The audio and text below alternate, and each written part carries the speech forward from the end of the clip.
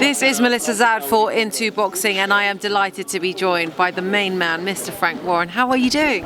I'm good, I'm happy. We had a great show, great evening. The fans had an exciting night, so I'm delighted.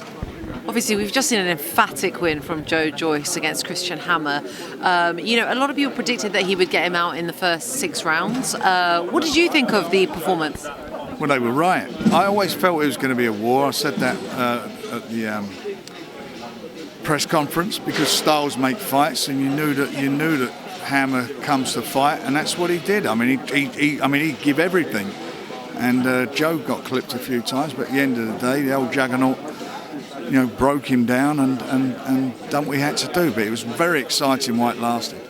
The thing with Christian Hammer is a lot of people have dubbed him as the world-level gatekeeper.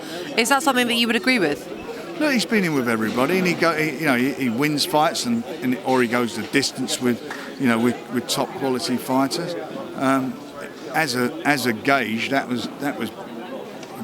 Joe came out and showed exactly where he should be tonight, and he stopped him, in style in a fight where he got clipped himself a few times. It's not that he just stopped him. I mean, he had him down on the canvas a few times before he actually stopped him. Every time he got up, he took that count, got up at 9, and as soon as he walked straight on and tried to throw that right hand, he knew what he was doing. He's a seasoned professional and knows what he was doing. Veteran in the heavyweights.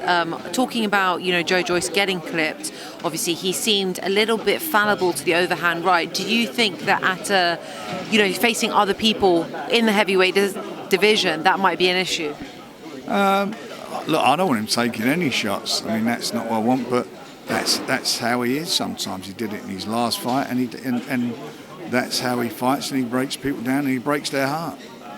Granite chin. I mean, let's be honest. Yeah, they were couple of big punches he took there, but he just shrugs them off, and it doesn't mean anything.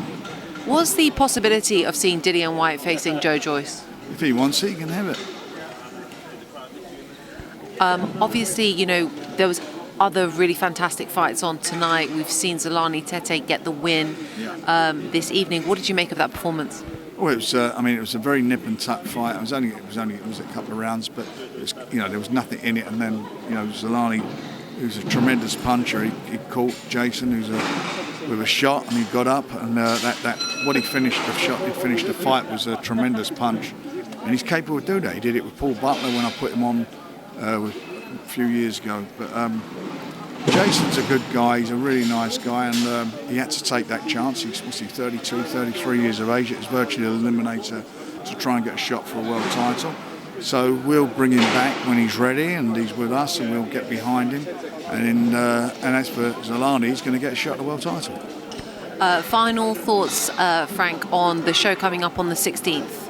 It's a good show. There's some really good fights on there. You're going to see another star in the making in Hamza. I really do think Hamza Shiraz is going to be the business. Thank you so much for your time. Appreciate it. Pleasure. Thank you.